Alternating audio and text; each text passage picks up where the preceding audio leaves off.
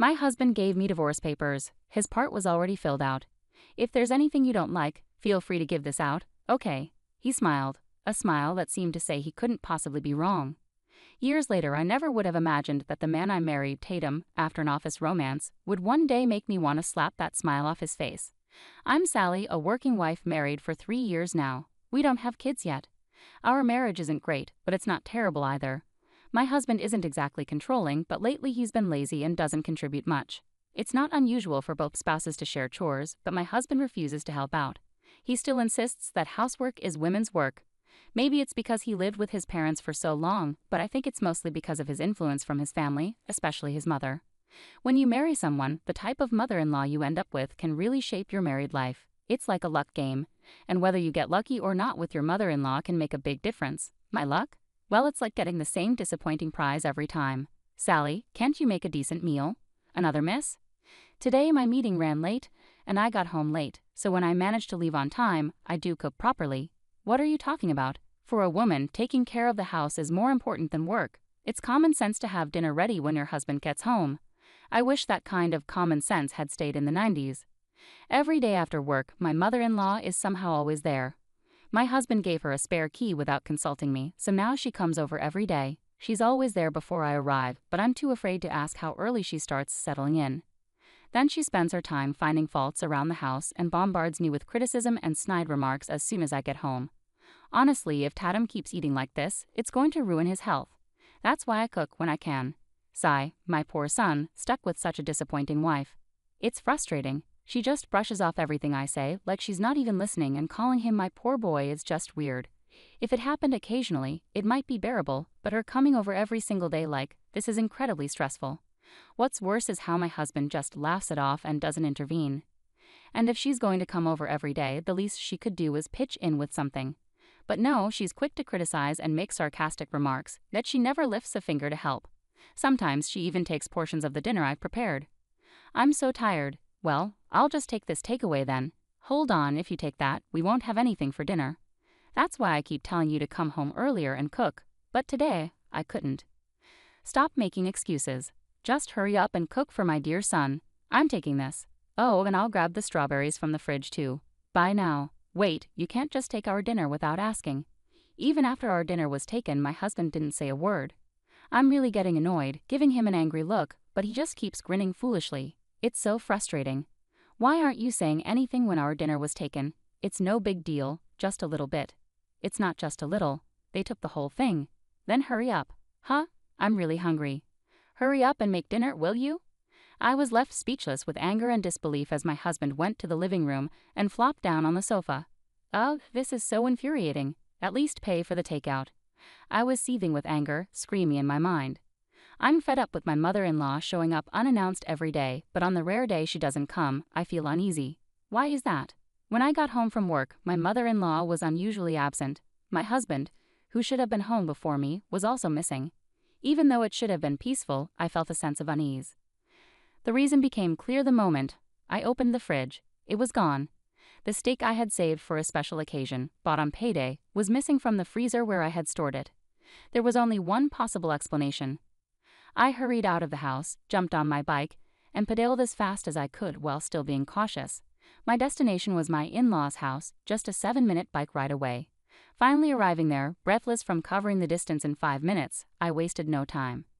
I pushed open the unlocked front door of their house and called out, but got no response. Yet I sensed someone inside. Knowing my mother-in-law often enters our home unannounced, I went in without hesitation. What I saw inside was shocking. There it was, my steak, the package emptied and the remains lying on the table. Seeing it almost completely eaten, I couldn't help but scream. My in-laws and, strangely, my husband looked at me in surprise. Sally, what are you doing here? Why did you barge in like this, Sally? Ignoring their questions, I grabbed the tray that had held the steak and glared at them.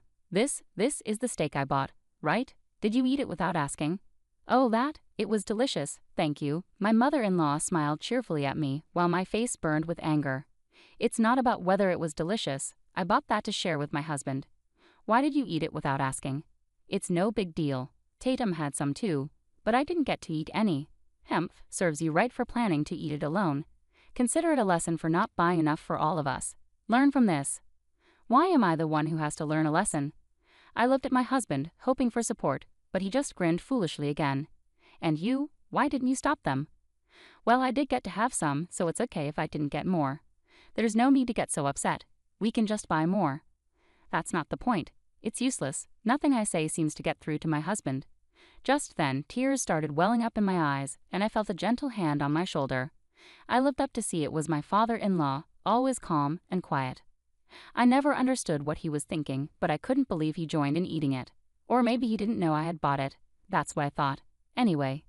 Sally, next time, get a bigger piece of meat so we can all enjoy it properly, my mother-in-law commented casually. That's not the issue here at all. Do they have no sense of apology? Their selfish actions drained me so much that I couldn't even find the energy to respond. I'm leaving.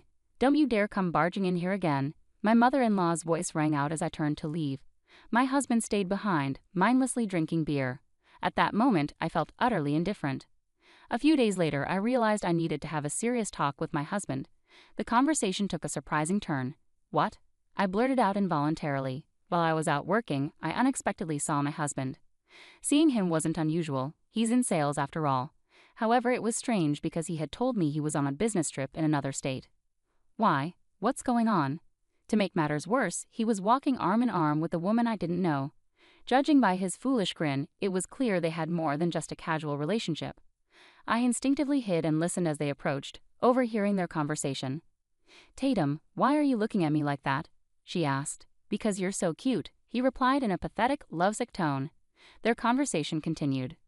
"Do you really want to marry me?" she questioned. "Yes, I want to marry you as soon as possible," he assured her.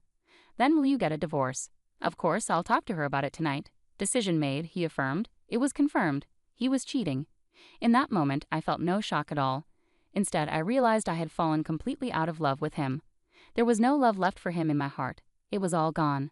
I'm done, I thought, feeling indifferent. I knew what I had to do. First, I needed to find a moving company. After discovering my husband's affair, I promptly moved out. 3 months later, I was busy moving once again. The movers delivered my belongings, but I had to unpack everything myself. The full-service option was too costly. As I opened the first box, the doorbell rang. As expected, there they were, my husband and the two of them. Without a word, I unlocked the door and let them in. They rang the bell again upon reaching my door, so I silently opened it. Immediately, they entered. "Hey Sally, long time no see," my husband greeted me. "Wow, this place is really nice," remarked my father-in-law. "Sally, what were you thinking, running away and buying a condo without telling us?" my mother-in-law exclaimed. Yes, I had finally fulfilled my dream of buying a condo. The apartment I shared with my husband was old and worn out, and I had always hoped to move somewhere better. When I found a newly built condo that matched my dreams, I didn't hesitate to make the purchase. So when I informed my husband, he showed up uninvited with my in-laws in tow. It was exactly what I had anticipated. The three of them barged in without hesitation, but I quickly stood in front of them to block their path. "Stop right there. Only residents are allowed beyond this point." "What? Sally, what's gotten into you?" "That's harsh. They're my parents." My husband looked shocked. "Sorry, Tatum, but your parents are strangers to me." "Sally, how can you say that? Isn't family more important than anything?" "Other things matter more than that." "What a bad wife. Tatum, you should leave her." "Relax, Mom. But yeah, divorce might be an option. I'll ask for this condo as part of it. It's kind of small though, isn't it?" Ignoring me, my husband and his family looked around the inside of the condo near the entrance. "It would have been better if you got a 2-family house, Sally. You really don't think about others." "Exactly. She's completely thoughtless, don't you think?" "Yeah, I wanted my own room too, but that's tough with this place, isn't it?" They kept talking, not noticing my disapproving look. "Well, if we divorce, we can figure something out, right?" Just as my mother-in-law reached for the doorknob leading to the living room, I gently pushed her hand away. It didn't hurt, but she looked at me shocked. "Sally, how could you push my hand away like that? What's gotten into you?" "I'm just asking you to respect our privacy and not enter without permission." "You're still strangers to me," I calmly explained, unafraid of her anger. My mother-in-law stared at me, wide-eyed. "That's it. I've had enough." "Fine, if that's how you feel, then we'll really become strangers. Tatum, divorce her immediately." My husband smirked oddly at his mother's sudden outburst, but I quickly spoke before he could respond. "Don't worry, there's no need for that," I assured them. My husband looked bewildered. "I don't know what you're misunderstanding, but I'm already single." "What? How could you do that without telling me?" my husband exclaimed in surprise. My mother-in-law joined in. "Did you really do that? You can't just do whatever you want. Yeah, that's right. Filing for divorce without my consent is invalid. I'll take this to mediation, my father-in-law added, supporting my mother-in-law, but I had expected this. Oh, but Tatum was the one who prepared the divorce papers. Huh? What are you talking about? I have no idea. Oh, so you didn't prepare it? Remember when we first got married, you said, if there's something you don't like, feel free to bring it up without hesitation. Oh, yeah, now that you mention it. And that's when you finally remembered, right? My husband yelled, looking distressed. I never thought I'd actually need it, but I'm glad I kept it since there was something I didn't like.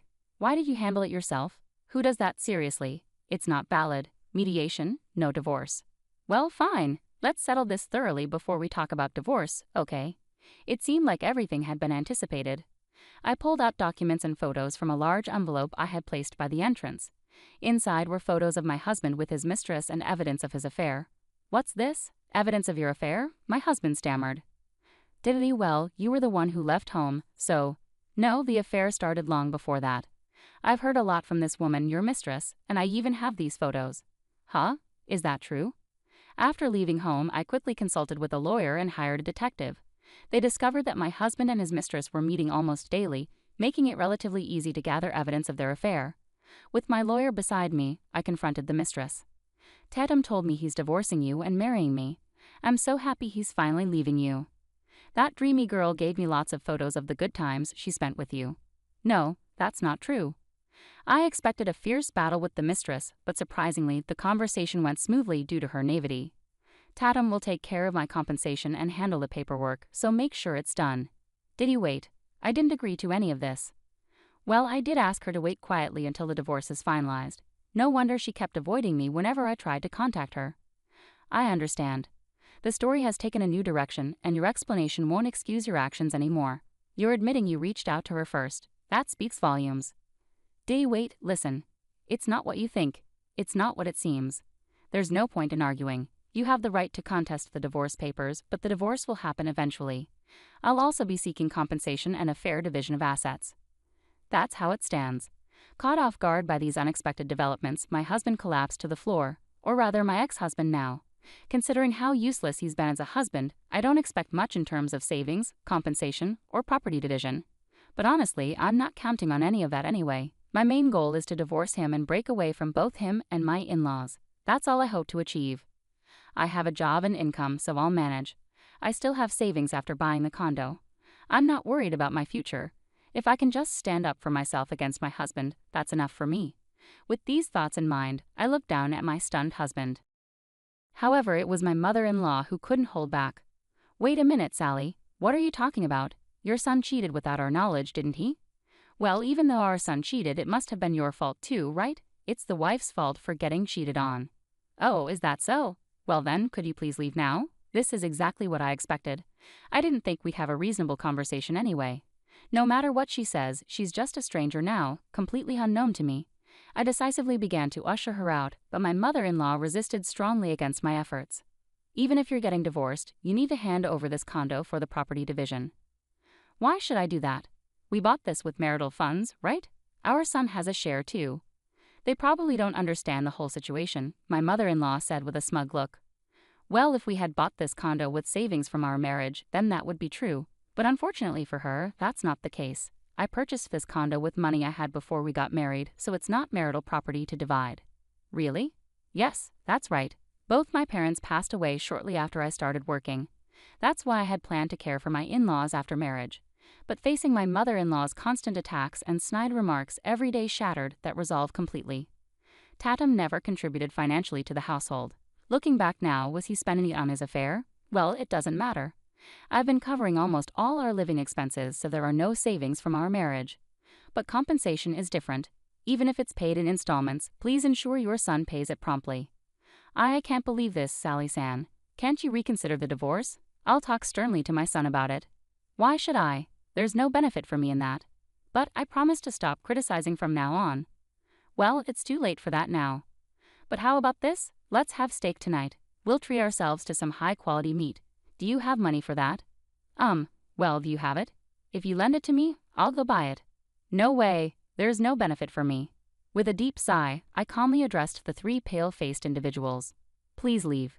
Wait a moment. Let's talk. Please leave. Just buy the meat and go, I shouted with determination, and in that instant, they all jumped up and hurriedly left. Ah, that's a relief. Afterward, my ex-husband accepted the divorce without further resistance. Mentioning a lump sum compensation payment if he didn't agree seemed to make him realize the seriousness of the situation. His mistress was furious upon learning he wouldn't cover her share of the compensation. Well, my ex-husband felt comfortable because I was covering our living expenses, but his salary wasn't high to begin with. In fact, it was even lower than mine. Someone like him couldn't afford to pay compensation, even to his mistress. Even so, since she signed the documents, I'll make sure to collect the compensation I'm owed firmly and promptly. I was worried my ex-MIL might return, knowing the condo's location, but thankfully that concern was unnecessary. It seems she aged rapidly and lost energy due to the shock. My son, struggling on a pension, came back home in tears because he couldn't afford rent either. Surrounded by two unreliable men, my ex-FIL and ex-husband, and struggling in a tough financial situation, it seems my ex-MIL doesn't have the energy to come to my house. I heard this from my ex-husband, who pleaded with me to wait for the compensation payment. Now that I've started fresh as a single person, I'm enjoying carefree days of independence at home. There's no one making snide remarks, and no one eating my groceries without permission. I'm really enjoying living alone. Maybe I'll try some local specialties next time. Freedom is truly nice, I whispered to myself. Oh, it feels so good. Freedom, I exclaimed. It feels great. Should I open another beer?